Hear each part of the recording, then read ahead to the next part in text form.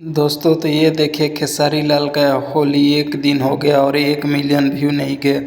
और लोग बोलते हैं कि खेसारी लाल अच्छा गाना नहीं गाते। ये होली खेसारी लाल ने बहुत ही अच्छा गाना गाया फिर भी 1 मिलियन व्यू नहीं गया। और यहीं पर खेसारी लाल अगर अश्लील गाना गा दे तो भाई उसका व्यू बढ़ने में टाइम नहीं लगेगा। खेसारी लाल ने ये देखिए 4 दिन पहले एक गाना गाया था आपका तो टेढ़ा है और इस पर 3 मिलियन से ज़्यादा व्यू हो गया है। तो इसमें पब्लिक को भी समझने चाहिए कि भाई अच्छे गानों को थोड़ा ज़्यादा रिस्पॉन्स दे और उसको अच्छे से सुने और बार बार सुने, तभी तो एक गायक अच्छा गाना गाएगा, नहीं तो वो बार बार अश्लीलता ही परोसेगा।